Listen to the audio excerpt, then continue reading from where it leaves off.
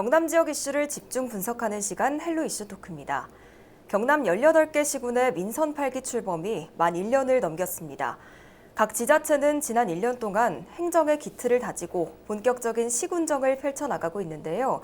특히 민선 8기 창원 특례시는 온전한 특례시의 첫 시정으로 지난 1년간 시민과 도민들의 많은 관심을 받았습니다. 오늘 헬로 이슈 토크에서는 그간 주목받았던 창원 특례시의 핵심 정책과 시정 방향, 또 민선 8기 1년간의 주요 성과를 알아보는 특집 마련했습니다. 창원 특례시 홍남표 시장 모셨습니다. 네, 시장님 어서 오십시오. 예, 반갑습니다. 네, 반갑습니다. 네, 시장님 바쁘게 지내고 계시죠? 네, 창원에 좋은 변화를 만들어내기 위해서 네. 1년 동안 정말 핵심에 주력했던 한 해였던 것 같습니다.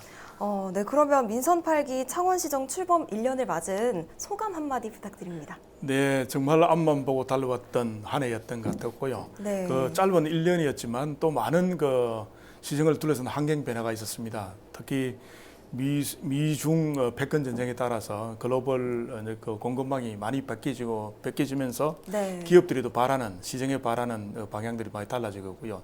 또 최근에는 태풍 간우 때문에 여러 가지 또 창원에 집중호우가 내렸습니다. 피해도 많았는데 그것도 근본적인 어떤 원인들을 다 찾아서 또 대책도 마련해야 되기 때문에 이런 것들에 저희들이 좋은 변화를 만들었는데 어떤 한 해 동안 열심히 달려왔던 한 해였던 것 같습니다. 네, 1년을 참 바쁘게 보내신 것 같습니다. 근데 사실 출범 초에 맞닥뜨린 여건이 만만치 않았잖아요. 당시 풀어야 할 숙제가 꽤 많았는데 어떤 것들이 기억에 남으십니까? 이제 우선 잘못된 관행들이 좀 있었다고 봅니다. 네. 정책 측면에서는 지난 정부 때에 탈원전 정책 때문에 우리 창원이 굉장히 지역적으로 타격을 많이 받았고요. 그리고 또 두 번째는 또 창원시가 또 오랫동안 관행에 젖어왔던 시스템들이 있었습니다. 예를 네. 들어 지난해 있었던 석동에 유충이 발견되는 어떤 물을 식수를 생산 공급하는 시스템도 너무 낡은 시스템이었고요. 그리고 또 세 번째는 보면은 예전에 이제 큰 틀에서 대형 사업들을 관리해야 되는데 그렇지 못하고 장기 표류된 사업들, 예를 들면 창원 복합문화타운 같은 그런 사업들이 건설은 다 끝냈음에도 불구하고 시설물들을 인수인계 받지 못하고 장기 방치됐던 게 있었는데 그런 것들을 이제 하나하나 차근차근 풀어나가는 그런 한 해였던 것 같습니다. 특히 또 창원시가 통합 부채가 꽤 한 1조에 육박하는 꽤 많은 부채를 안고 있었는데 네. 세출 구조 조정을 해서 일부 한 343억 원 정도는 부채를 또 갚기도 하고 여러 가지 혁신과 조직에 대한 안정을 기하는 데 노력한 한 해였던 것 같습니다. 네, 알겠습니다. 지금 해주신 말씀을 요약해보니 지난 1년간 창원시는 경제회생 그리고 지역 살리기 정책에 특히나 집중을 했다. 이렇게 해석을 하면 될까요? 네, 그렇습니다. 네, 알겠습니다. 그러면 민선 8기 창원시정의 가장 큰 성과 중에 하나로 창원 국가산단 2.0 후보지 선정을 빼놓을 수가 없는데요. 기대가 굉장히 큽니다. 현재 진행 상황 어떻습니까? 네. 금년 3월에 전국의 15개의 국가산단이 선정을 정부에서 했는데 그중에 경남에는 하나, 우리 창원 국가산단이 이번에 후보지로 포함됐습니다. 그 뒤에도 후보지 이후에도 지금 해야 될 일이 굉장히 많이 있습니다. 네. 지금 시행 기관으로는 우리 창원시랑 그다음 LH 그리고 경남개발공사가 참여하고 있는데 예비 타당성 조사를 거쳐 가지고 앞으로 국가 산단이 다 지어지고 나면 거기에 입주할 기업들이 정말 많은지 이런 것들을 사전에 면밀히 점검을 해야 됩니다. 그래서 지금 우리 국가 산단에 들어올 수 있는 대형 기업들, 예를 들어 현대로템이라든지 하나라든지 그런 기업들, 앵커 기업들을 유치하는 데 지금 최선의 노력을 다하고 있고요. 그리고 이런 또 기업들뿐만 아니라 중견기업들도 많이 와야 되는데 이런 기업들이 약간 매력적인 국가 산단이라는 걸 우리가 보여줘야 되기 때문에 그게 들어갈 컨텐츠들, 예를 들어 기업들이 공동으로 활용할 수 있는 대형 첨단 연구시설도 있다라든지 또 공공기관이 어떤 게 유치된다라든지 또 여러 가지 또 이제 수소동력원에 관계되는 그 인프라를 지금 저희들이 구축하고 있는데 이런 것들을 홍보도 좀 잘해야 됩니다. 그런 홍보물도 만들고 전략 짜고 해서 그런 기업들이 우리 창원에 가야 되겠다라는 마음을 갖도록 하는데 지금 노력을 다하고 있고요. 그런 예비 타당성 조사를 좋게 이제 마치도록 하는데 지금 최선의 노력을 다하고 있는 그런 상황입니다. 네, 알겠습니다. 지금은 긍정적인 방향으로 흘러가고 있는 것 같은데 사실 그린벨트 문제 때문에 국가산단 지정이 불가능할 거다 이런 여론도 있었습니다. 그럼에도 불구하고 선정이 됐다는 건 이 그린벨트 해제나 완화를 좀 희망적으로 기대해도 된다 이렇게 생각해도 되겠습니까? 네, 맞습니다. 실제 그 정부에서도 우리 창원 국가산단에 대한 그는 기대는 크고요. 네. 아시겠지만 우리가 그린벨트로 많이 묶여 있는 지역이 또 우리 창원입니다. 그래서 정부에서는 창원의 그린벨트를 풀어서라도 국가산단을 이제 해주겠다는 그런 이제 방침이 있었고요. 그래서 부분적으로는 현재 그린벨트가 해제될 그런 계획이 있습니다.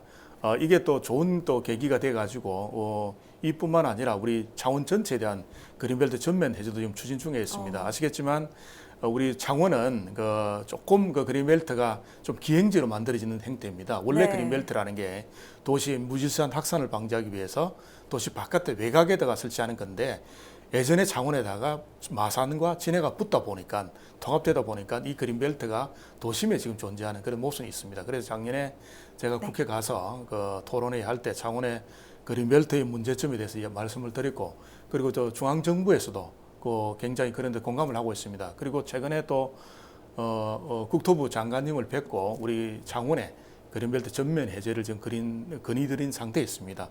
앞으로 전면 해제가 될 수 있도록 하는데 최선의 노력을 다할 그런 계획입니다. 네, 알겠습니다. 기대해 보겠습니다. 네. 그러면 이와 관련해서 시민단체는 어떻게 설득하실 예정이십니까? 시민단체들요? 네. 예, 시민단체들은 이제 그린벨트에 대해서 시민단체들이 이제 가질 수 있는 거는 아무래도 환경 파괴에 대한 거겠죠. 네. 우리 그린벨트가 도시의 무질서한 확산을 방지하는 면도 있지만 그럼에도 불구하고 또 이제 환경에 대한 또 보존에 대한 큰 역할을 하고 있는 게 사실입니다.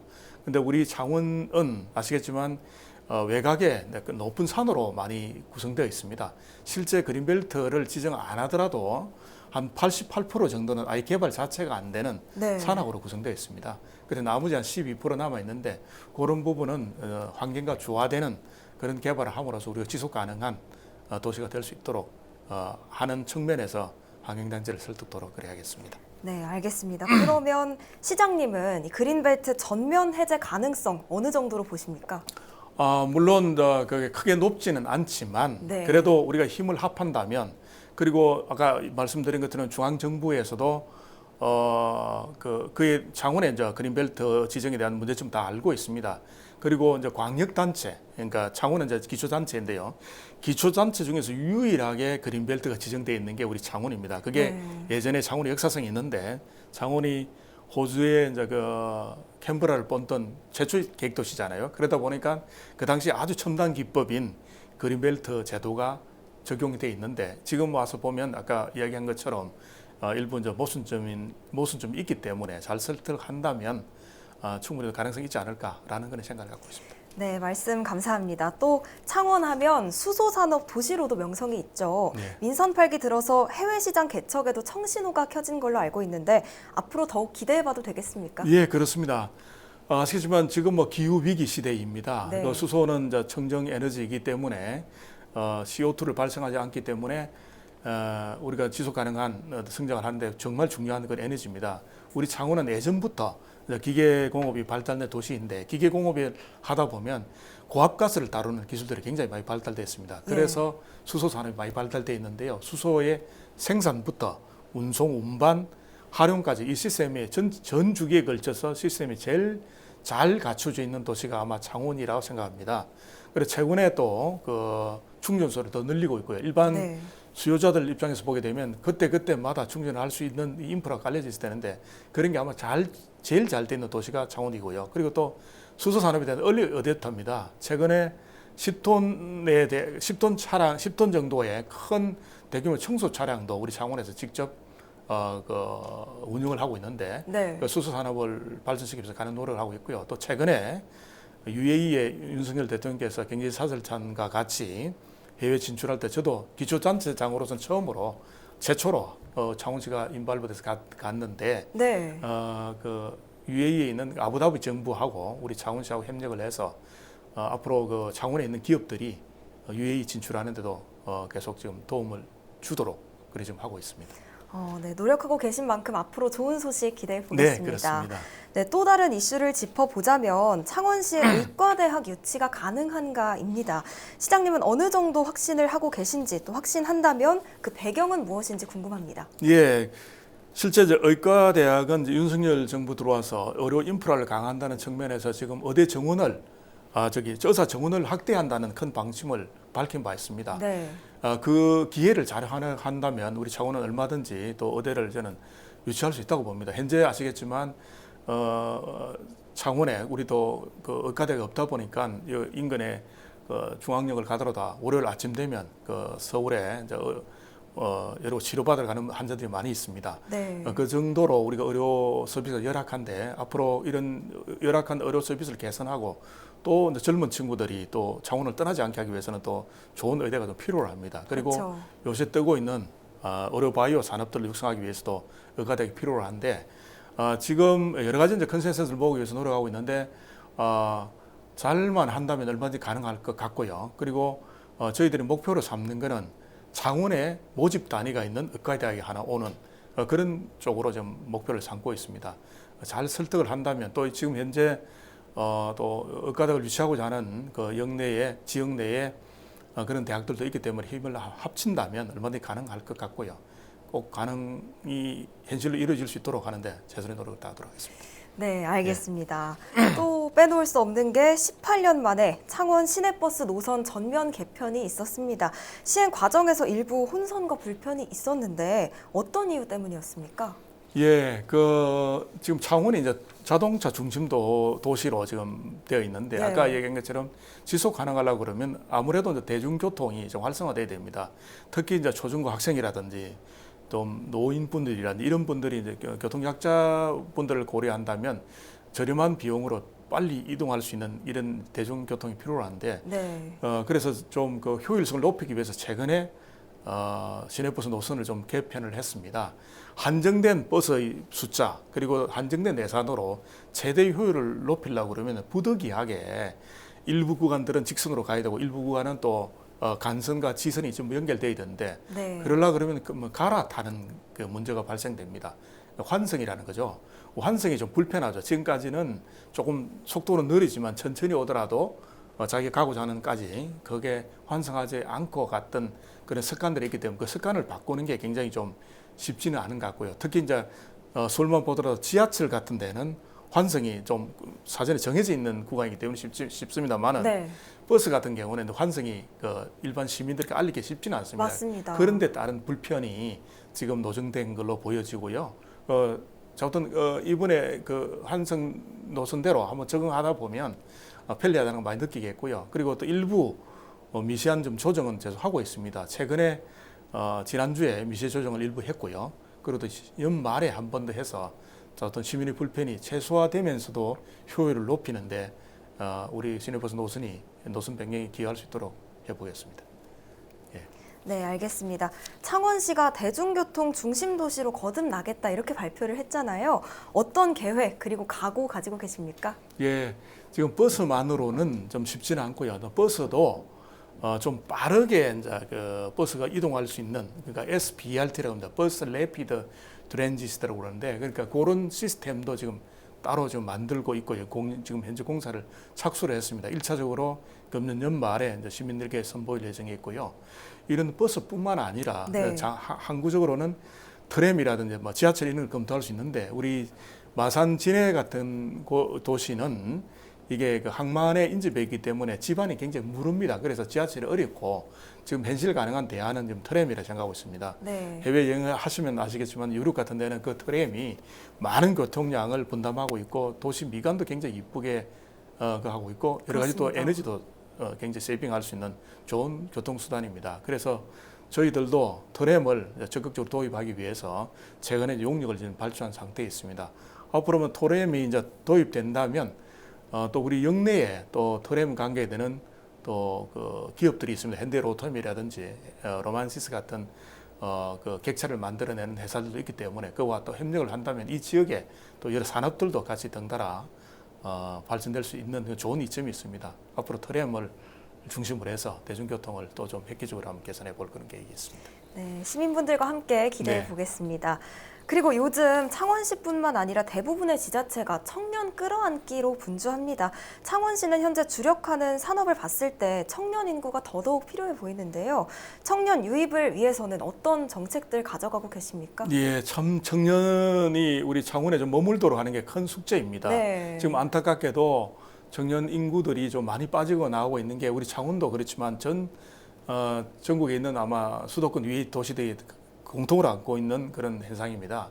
그래서 우선 제일 청년께 중요한 거는 청년들이 필요로 하는 그런 일자리, 좋은 일자리가 굉장히 중요하고요. 그리고 청년들이 즐길 수 있는 문화를 확충하는 그런 게 큰 두 가지로 보여지는데 처음 그 일자리와 관련해서는 최근에 그나마 우리 창원은 방산과 그 원자력 또 수소 산업 관련해서 새로운 일자리들이 많이 생겨나고 있는데 그래도 제조업 중심이다 보니까 그 일자리 수가 굉장히 한정적입니다.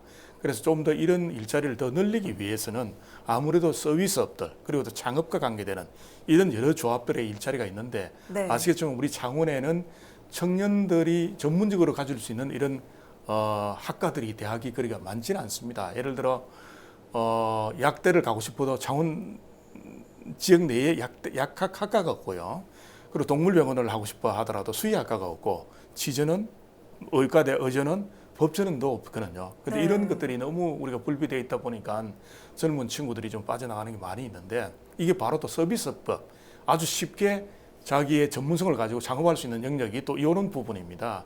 그래서 지역 내에 있는 대학과 아주 앞으로 협력을 해서 이런 쪽에 학과들을 좀 늘릴 수 있는 또 인류 학과들을 만들 수 있는 그런 좀 지혜를 좀 짜내서 자든 청년들이 우리 지역에서 자기 꿈과 희망을 더 꼽힐 수 있도록 하는 그런 여건을 좀 만들도록 하는데 최선을 노력할 계획입니다. 네, 알겠습니다. 지금까지 많은 얘기 들어봤는데요. 앞으로 나아가야 할 일이 더욱 많습니다. 오늘 말씀하신 정책과 사업 외에 강조하고 싶은 주력 정책이 있을까요? 예, 주력 정책은 우리가 창원 국가 산단이 내년이면 50년을 맞습니다. 50주년을 만드는데 이 기회를 좀 잘 살려서 물론 네. 지금까지 국가 산단에 우리 창원의 경제 또 경남의 경제, 대한민국 경제를 이끌어가는데 굉장히 큰 역할을 했습니다. 근데 지금 너무나 오랫동안